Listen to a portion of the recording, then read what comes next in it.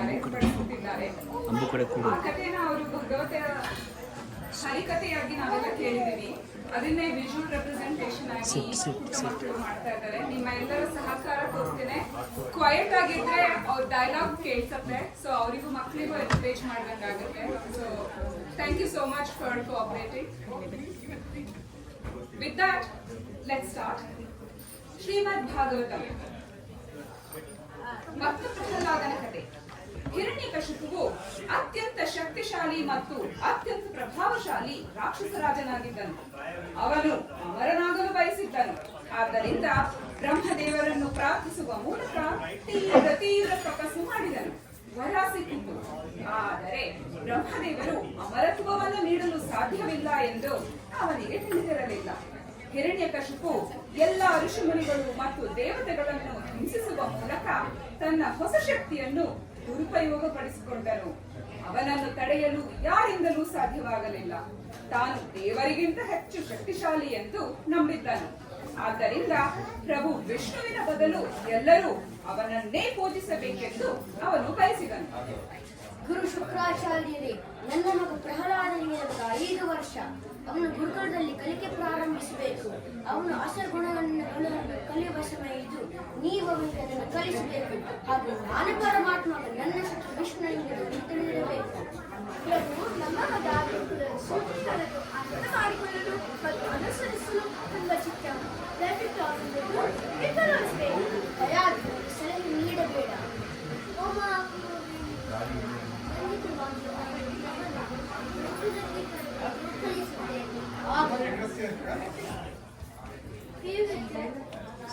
ಹಿರಣ್ಯಕಶಿಪುವಿಗಿಂತ ದೊಡ್ಡವರು ನಾವಿಲ್ಲ. ಅವನು ಸರ್ವೋಚ್ಚ. ನಮ್ಮ ತಂದೆ 3 ಲೋಕದ ರಾಜ. ಎಲ್ಲ ಅಸುರರಲ್ಲಿ ಅತ್ಯಂತ ಶಕ್ತಿಶಾಲಿ. ಆದ್ದರಿಂದ ನಾವು ಅವರನ್ನು ಪೂಜಿಸಬೇಕು. ಓಂ ಹಿರಣ್ಯಕಶಿಪಾಯ ನಮಃ ಎಂದು ಹೇಳಬೇಕು.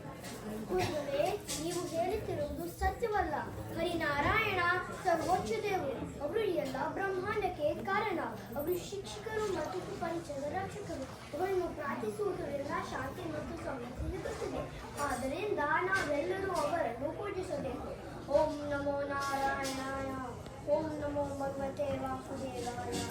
ಪ್ರಹ್ಲಾದ, ನೀನು ವಿಷ್ಣುವನ್ನು ಪ್ರಾರ್ಥಿಸುವುದು ಮಾತ್ರವಲ್ಲದೆ ಇದರ ಎಲ್ಲ ವಿದ್ಯಾರ್ಥಿಗಳಿಗೂ ಕಲಿಸುತ್ತಿದ್ದೀಯ. ನೀನು ಈಗಲೇ ಇದನ್ನು ನಿಲ್ಲಿಸಬೇಕು. ನನ್ನ ಪ್ರೀತಿಯ ಮಗ ಪ್ರಹ್ಲಾದ, ನೀನು ಗುರುಕುಲದಲ್ಲಿ ನಿನ್ನ ಗುರುಗಳಿಂದ ಏನೇನೋ ಕಲಿತಿದ್ದೀಯ ಮಗನಿಗೆ. ನನ್ನ ಪ್ರೀತಿಯ ತಂದೆ, ಈ ಭೌತಿಕ ಜೀವನವು ತಾತ್ಕಾಲಿಕವಾದದ್ದು ಎಂದು ನಾನು ನನ್ನ ಆಧ್ಯಾತ್ಮಿಕ ಗುರುಗಳಿಂದ ಕಲಿತಿದ್ದೇನೆ. ಆದ್ದರಿಂದ ಪ್ರಪಂಚದ ರಕ್ಷಕನಾದ ಯಾರನ್ನು ಓಡಬೇಕು. ಪ್ರಭು ನಾರಾಯಣನ ನಾಮಗಳನ್ನು ಕೇಳುವುದೆಂಬ ಜಗತ್ತಿನಲ್ಲಿ ಎಲ್ಲ ಜ್ಞಾನದ ಪರಿಪೂರ್ಣತೆ ಆಗಿದೆ. ನಾನು ಒಬ್ಬರನ್ನು ಆರಾಧಿಸುವುದನ್ನು ಕಲಿತಿದ್ದೇನೆ. ಇದು ನಾನು ಮತ್ತೆ ಬೇರೆ ಯಾರಿಗೂ ಪ್ರಹ್ಲಾದ,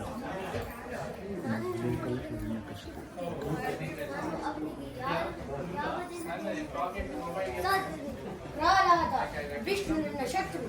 ಆದ್ದರಿಂದ ವಿಷ್ಣುವಿನ ಹೆಸರು ನಾನು ಮತ್ತೆ ಕೇಳಬಾರದು. ತಂದೆ ವಿಷ್ಣು ನಮ್ಮ ದೇವರು. ಒಬ್ರು ಯಾರಿಗೂ ಸತ್ಯವಾಗಲು ಸಾಧ್ಯವಿಲ್ಲ. ಭಗವಂತ ವಿಷ್ಣು ನಮ್ಮ ಶಾಶ್ವತ ತಂದೆ. ನನ್ನ ಮನಸ್ಸು ವಿಷ್ಣುವಿನಿಂದ ಆಕರ್ಷಿತವಾಗುತ್ತದೆ. ಅವರನ್ನು ಅರಿಯಲು ಸಾಧ್ಯವಿಲ್ಲ. ಬಗ್ಗೆ ಈತರಾಗಿದ್ದೇನೆ ಮತ್ತು ಚಿಂತಿತರಾಗಿದ್ದೇನೆ. ನಿನ್ನ ತಂದೆ ಭಗವಂತ ವಿಷ್ಣುವಿನ ಮಹಾಮಹಿಷಿ. ನೀನು ನಿನ್ನ ತಂದೆಯನ್ನು ದೇವರನ್ನು ಸ್ವೀಕರಿಸುತ್ತಿದ್ದರೆ ಅವರನ್ನು ಮುಗಿಸಲು ಇದ್ದಿರುವುದಿಲ್ಲ. ನಾನು ಕೂಡ ಭಗವಂತನ ನಾನು ಪಾತಾಳ ಲೋಕದ ನಾನು ರಜನೆ ನಿನ್ನ ತಂದೆ ಪಾತಾಳ ಲೋಕದ ಮೇಲೆ ದಾನ ಮಾಡಿದ್ದೇನೆ. ಸಹಾಯಕ ಪರಿಸ್ಥಿತಿಯನ್ನು ಓಡಿಸಲು ನಾನು ನಿನ್ನ ತಂದೆಯನ್ನು ಬಳಸುತ್ತೇನೆ. ಪ್ರೀತಿಯ ಮಗ ತಂದೆ ಒಂದು ಆದರೂ ಅವರು ದೇವರೆಂದು ಹೇಳಿ ಅವರು ಯಾವುದೇ ಹಾನಿ ಮಾಡುವುದಿಲ್ಲ ಮತ್ತು ನೀನು ಸುರಕ್ಷಿತವಾಗಿರುತ್ತೀಯ. ಪ್ರೀತಿಯ ತಾಯಿ, ಉದ್ದೇಶಪೂರ್ವಕವಾಗಿ ನಾನು ಜೀವವನ್ನು ಉಳಿಸಿಕೊಳ್ಳಲು ನಾನು ನನ್ನ ತಂದೆಯ ಮುಂದೆ ಸುಳ್ಳು ಹೇಳಿದರೆ ವಿಷ್ಣುವಿನ ಪ್ರಾಮಾಣಿಕ ಭಕ್ತನಾಗುವುದಿಲ್ಲ. ನಾನು ವಿಷ್ಣುವನ್ನು ಪ್ರೀತಿಸುತ್ತೇನೆ. ಅವರನ್ನು ಹೊರತುಪಡಿಸಿ ಬೇರೆ ಯಾರನ್ನು ದೇವರನ್ನು ಸ್ವೀಕರಿಸುವುದಿಲ್ಲ. ಓಹೋ, ನನ್ನ ಮಗನ ಬುದ್ಧಿವಂತಿಕೆ ನನ್ನ ಶತ್ರು ವಿಷ್ಣುವಿನಿಂದ ಹಾಳಾಗಿದೆ. ನಾನು ನಿನ್ನ ಮುಂದೆ ಈ ಮಗನನ್ನು ಸಹಿಸುವುದಿಲ್ಲ. ಅವರನ್ನು ಮುಗಿಸಲೇಬೇಕು. ಬೇಡ ಪ್ರಭು, ಬೇಡ. ಓ ರಾಕ್ಷಸರೇ, ಅವರನ್ನು ಕರೆದುಕೊಂಡು ಹೋಗಿ ಮುಗಿಸಿ. ಅಯ್ಯೋ ದೇವರೇ, ನಾನು ಇದನ್ನು ನೋಡಲಾರೆ. ಪ್ರಹ್ಲಾದನನ್ನು ಕೊಲ್ಲಲು ರಾಕ್ಷಸರು ಎಲ್ಲ ರೀತಿಯ ವಿಧಾನಗಳನ್ನು ಪ್ರಯತ್ನಿಸಿದರು. ಪ್ರಹ್ಲಾದನು ನಿರಂತರವಾಗಿ ಭಗವಂತನನ್ನು ಜಪಿಸುತ್ತಿದ್ದನು. ಓಂ ನಮೋ ನಾರಾಯಣಾಯ, ಓಂ ನಮೋ ನಾರಾಯಣಾಯ, ಓಂ ನಮೋ ನಾರಾಯಣಾಯ. ಭಗವಂತ ಹರಿ ಅವನನ್ನು ಪ್ರತಿ ಬಾರಿಯೂ ರಕ್ಷಿಸಿದನು. ಸೈನಿಕರು ಅವನ ಮೇಲೆ ಹಾವನ್ನು ಎಸೆದರು, ಕತ್ತಿಯಿಂದ ಕೊಲ್ಲಲು ಪ್ರಯತ್ನಿಸಿದರು.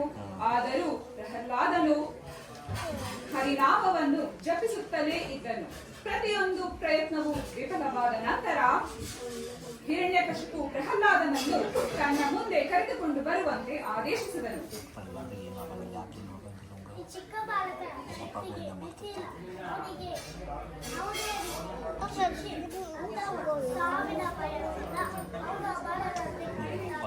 ಯಾವ ಶಕ್ತಿಯಿಂದ ನೀನು ಪ್ರೀತನಾಗಿದ್ದೀಯಾ? ನನ್ನ ಶಕ್ತಿ ಮೂಲ ಭಗವಂತ ಹರಿ, ಅವರು ಎಲ್ಲರ ರಕ್ಷಕರು.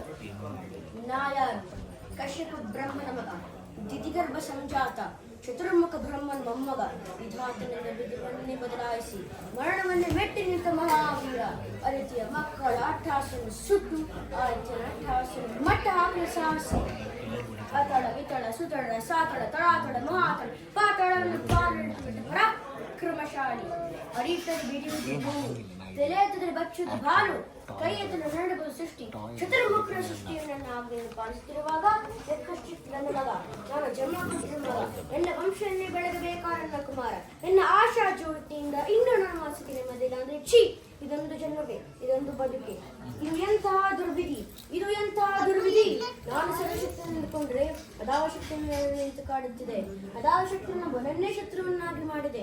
ಅದಾವ ಶಕ್ತಿ ಅವನಿಗೆ ಸಾವು ಬಾಳು ತಿಳಿದಿದೆ. ಅದಾವ ಶಕ್ತಿಯನ್ನು ಮುಖಭಂಗ ಮಾಡಿ ತಲೆ ತಗ್ಗಿಸುವಂತೆ ಮಾಡಿದೆ. ಹಾ, ಅವರೇ ಆ ದುಷ್ಟನೇ, ಆ ನನ್ನ ಕುಲುಮೆಯಿಂದ ಹರೀ ದಿಕ್ಕಲ ಕಾರಣ. ಎದಕೋ ಹರಿ, ಕಪಟಿ, ವಂಚಕಿ, ನನ್ನ ಮಗಳ ಹೃದಯಾಂತರಾಳವನ್ನು ಹೊಕ್ಕು ತಲೆಯನ್ನು ಕಡಿಸಿ ಮನಬಂದಂತೆ ಆಡಿಸುತ್ತಿರುವೆಯಾ? ಪೌರುಷವಿದ್ದರೆ ಪುರುಷೋತ್ತಮನೇ ಆಗಿದ್ದರೆ, ನನ್ನಂತ ಗಂಡೇನೇ ಆಗಿದ್ದರೆ ಬಾ, ನನ್ನ ಎದುರಿಗೆ ನಿಲ್ಲು. ನಿನ್ನ ಉದರವನ್ನು ಬಗೆಗೆ, ನಿನ್ನ ಕರುಳುಗಳನ್ನು ಮಾಲೆ ಹಾಕಿಕೊಳ್ಳದಿದ್ದರೆ ಹಾ, ನನ್ನ ಹಿರಣ್ಯಕಶಿಪುವೇ ಅಲ್ಲ. ಪ್ರಹ್ಲಾದ, ನಿನ್ನ ತಂದೆಯ ಆಜ್ಞೆಯನ್ನು ಉಲ್ಲಂಘಿಸಿ ನೀನು ನನ್ನ ಶತ್ರು ವಿಷ್ಣುವಿನ ಆಶ್ರಯ ಪಡೆದು ನಾನು ನಿನ್ನ ತಲೆಯನ್ನು ನಿನ್ನ ದೇಹದಿಂದ ಕತ್ತರಿಸುತ್ತೇನೆ. ನಿನ್ನ ದೇವರು ಬಂದು ಕಾಪಾಡಿಸುತ್ತಾನೆ ಎಂಬುದು ನೋಡುತ್ತೇನೆ. ಅವನು ಎಲ್ಲಿದ್ದಾನೆ? ಅಲ್ಲಿದ್ದಾನೆ. ನನ್ನ ಪ್ರೀತಿಯ ತಂದೆ, ನಾನು ದೇವರನ್ನು ಎಲ್ಲೆಡೆಯೂ ನೋಡುತ್ತೇನೆ. ಈ ಸ್ತಂಭದಲ್ಲಿಯೂ ಇದ್ದಾರೆ, ಅಲ್ಲಿದ್ದಾನೆ, ಅಲ್ಲಿಯೂ ಇದ್ದಾನೆ, ಅಲ್ಲಿದ್ದಾನೆ, ಅಲ್ಲಿಯೂ ಇದ್ದಾನೆ, ಅಲ್ಲಿದ್ದಾನೆ, ಅಲ್ಲಿಯೂ ಇದ್ದಾನೆ, ಅಲ್ಲಿದ್ದಾನೆ, ಅಲ್ಲಿಯೂ ಇದ್ದಾನೆ. ಹಿರಣ್ಯಕಶಿಪು ತೀವ್ರ ಕೋಪದಿಂದ ತನ್ನ ಗದೆಯಿಂದ ಸ್ತಂಭವನ್ನು ಹೊಡೆದನು. ನರಸಿಂಹದೇವ ಕಂಬದಿಂದ ಕಾಣಿಸಿಕೊಂಡರು. ಗರುಡ ಪೂರಿತ ವಿಷಪೂರಿತ ಹಾವನ್ನು ಗರುಡ ಹೇಗೆ ಸೆರೆ ಹಿಡಿಯುತ್ತಾನೆಯೋ ಹಾಗೆ ನರಸಿಂಹದೇವರು ಹಿರಣ್ಯಕಶಿಪುವನ್ನು ವಶಪಡಿಸಿಕೊಂಡರು.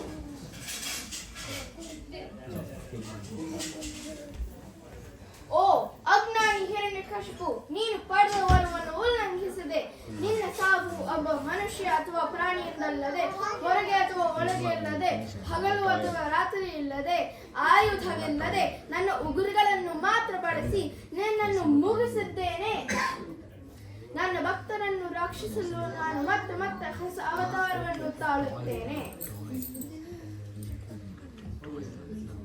ಪ್ರಹ್ಲಾದ, ನಿನ್ನಿಂದ ನನಗೆ ತುಂಬಾ ಸಂತೋಷವಾಗಿದೆ. ನಿನ್ನ ಇಚ್ಛೆಯನ್ನು ವ್ಯಕ್ತಪಡಿಸು, ನಾನು ಅದನ್ನು ಪೂರೈಸುತ್ತೇನೆ. ಮಹಾಸ್ವಾಮಿ, ನಾನು ಇನ್ನೇನು ಬಯಸುವುದಿಲ್ಲ. ಪ್ರತಿ ಜನ್ಮದಲ್ಲಿಯೂ ನಿಮ್ಮ ಸೇವೆ ಸಲ್ಲಿಸಲು ಮಾತ್ರ ನಾನು ಬಯಸುತ್ತೇನೆ. ಓ ದೇವರೇ, ದಯವಿಟ್ಟು ಒಂದು ಉಪಕಾರ ಮಾಡಿ ನನ್ನ ತಂದೆಯನ್ನು ಕ್ಷಮಿಸಿ.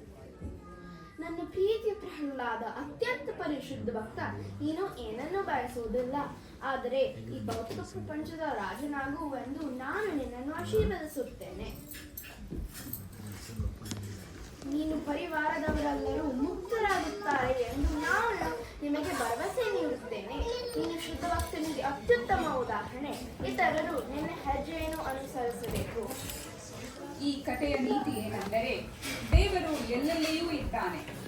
ನಾರಾಯಣನ ನಾಮವನ್ನು ಭಕ್ತಿಯಿಂದ ಜಪಿಸಿದರೆ ನಾರಾಯಣ ಯಾವುದೇ ಸಂದರ್ಭದಲ್ಲಿಯೂ ನಮ್ಮನ್ನು ರಕ್ಷಿಸುತ್ತಾನೆ. ಯಾವುದೇ ಪರಿಸ್ಥಿತಿಯಲ್ಲಿಯೂ ಯಾವಾಗಲೂ ಸತ್ಯವನ್ನೇ ಮಾತನಾಡಬೇಕು ಮತ್ತು ಸತ್ಯವನ್ನು ಮಾತನಾಡಲು ಹೆದರಬಾರದು. ಓಂ ನಮೋ ನಾರಾಯಣಾಯ. ಶುಭಂ.